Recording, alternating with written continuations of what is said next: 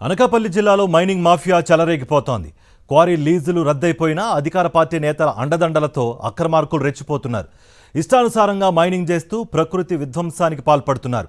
వేల కోట్ల రూపాయలు సంపాదిస్తూ ప్రభుత్వ ఆదాయానికి గండి కొడుతున్నారు. ఎంపీ, ఎమ్మెల్యే, టీడీపీ నేతలు కుమ్మక్కు కావడంతో అధికారులు చేష్టలుడిగి చూస్తున్నారు. ఫిర్యాదు చేసిన వారిని బెదిరింపులకు గురి చేస్తున్నారు. ఈ ఫోటోలో కనిపిస్తున్న వ్యక్తే అనకాపల్లిలోని వెంగమాంబ క్రషర్స్ అధినేత శ్రీనివాస చౌదరి. మైనింగ్ డాన్ గా పేరుపడ్డ ఈయన గతంలో తెలుగుదేశం పార్టీలో పనిచేశారు. చంద్రబాబు, లోకేష్ కు అత్యంత సన్నిహితుడిగా పేరు తెచ్చుకున్నారు. ఆ తర్వాత బీజేపీలో చేరిన శ్రీనివాస చౌదరి ఎంపీ సీఎం రమేష్, స్థానిక టీడీపీ నేత పీలా గోవింద సత్యనారాయణ అండదండలతో ఇష్టానుసారంగా ఖనిజ సంపదను కొల్లగొడుతున్నారు. తెలుగుదేశం పార్టీ, జనసేన, బీజేపీ ఒకటి అయిపోయి ఈరోజు ఆంధ్రప్రదేశ్ రాష్ట్రాన్ని సర్వనాశనం చేయడానికి నిదర్శనం ఒక మైనింగ్ దందా తీసుకోండి. మైనింగ్ గురించి కంప్లైంట్ పెడితే ఇప్పటికీ 3 రోజులు 4 రోజులు అవుతుంది.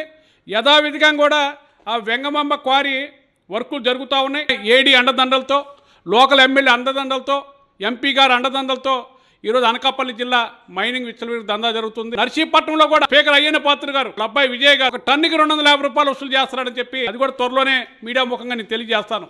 మాజీ ముఖ్యమంత్రి జగన్మోహన్ రెడ్డి గారు పరిపాలన 100 రెట్లు బెటర్ అని చెప్పి ఇప్పుడున్న ప్రజలే అనుకుంటా ఉన్నారు. మేము కూడా అదే అనుకుంటున్నాం.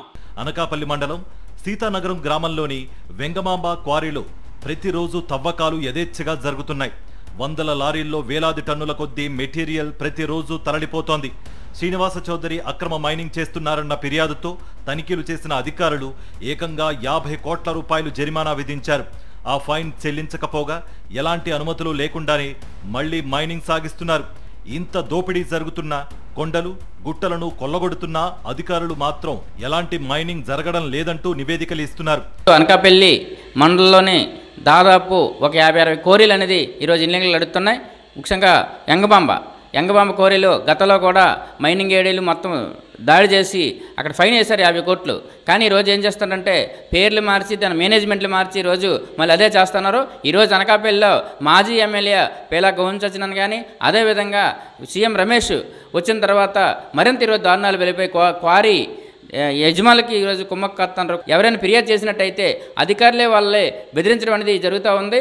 ఇష్టానుసారంగా క్వారీలు నడపడం వల్ల రోడ్లు చెడిపోతున్నాయి. దుమ్ము ధూళి వల్ల పంటలు నాశనం అవ్వడంతో పాటు ప్రజలు అనారోగ్యం బారిన పడుతున్నారు. అక్రమ మైనింగ్ పై ఫిర్యాదు చేసిన ప్రతిపక్ష పార్టీల నేతలకు టీడీపీ నేతలు హెచ్చరికలు చేస్తున్నారు. టీడీపీ నేత పీలా గోవింద సత్యనారాయణ ఫోన్ చేసి సమాజ్వాదీ పార్టీ నేత గురవయ్యను బెదిరింపులకు గురి చేశారు. హలో సార్, చెప్పండి సార్. నేను పీలా గోవింద మాట్లాడుతున్నాను బ్రదర్. అన్న చెప్పండి. ఆ వెంగమాంబ క్రషర్ నేను one of the share holder దా జోలికెళ్ళక. ఓకేనా? మీరు కూడా ఇప్పుడు నుంచో ఉంది. వాళ్ళ ఫాదర్ మా ఫాదర్ పార్ట్నర్స్.